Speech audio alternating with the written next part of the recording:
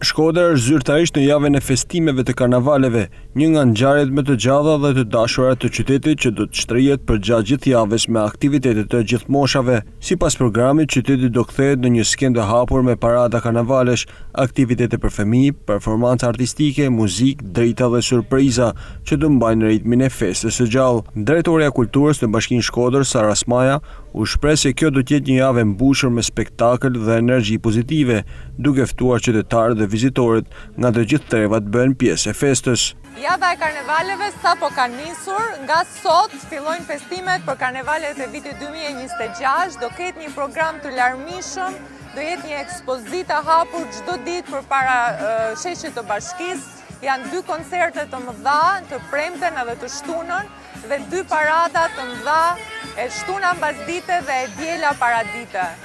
Kjo do jetë një fundjavë me ngjyra, me festime, me spektakël dritash, me muzikë, me betet karakteristike të karnevaleve dhe ne i ftojmë që të gjithë që të bëhen pjesë e saj. Java karnavaleve premton të sjellë një qytet plot jetë, ku tradita dhe festa ndërthuren për ta kthyer Shkodrën në kryeqendrën e gëzimit dhe argëtimit.